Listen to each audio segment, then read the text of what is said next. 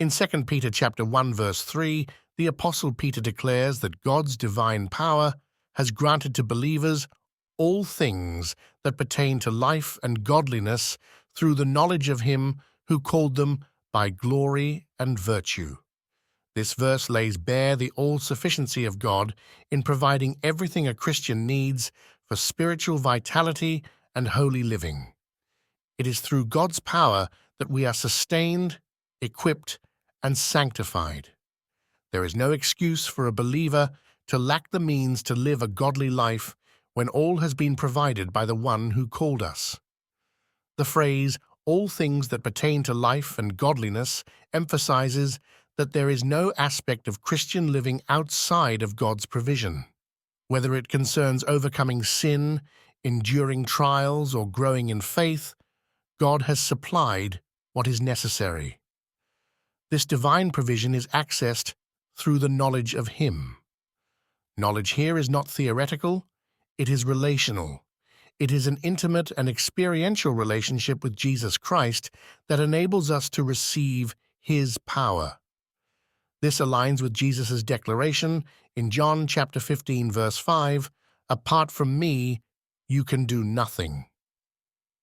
The calling by glory and virtue reminds us that this provision flows from God's character and actions.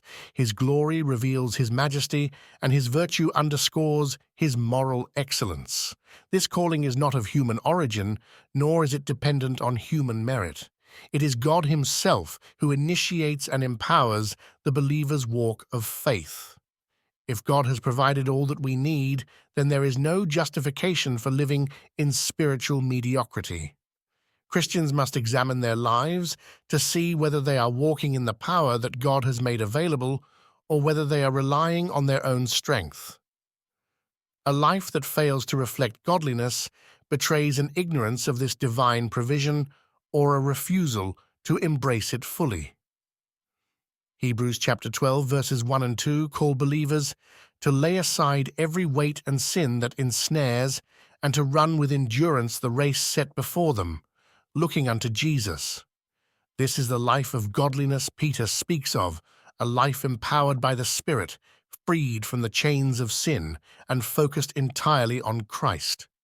To neglect such a calling is to mock the provision God has made. It is to trample underfoot His grace and treat His power as insufficient. This verse also serves as a stern warning against self-reliance. Those who believe they can live a godly life apart from the power of God are deceived. Such thinking denies the sufficiency of Christ's work and exalts human effort above divine provision.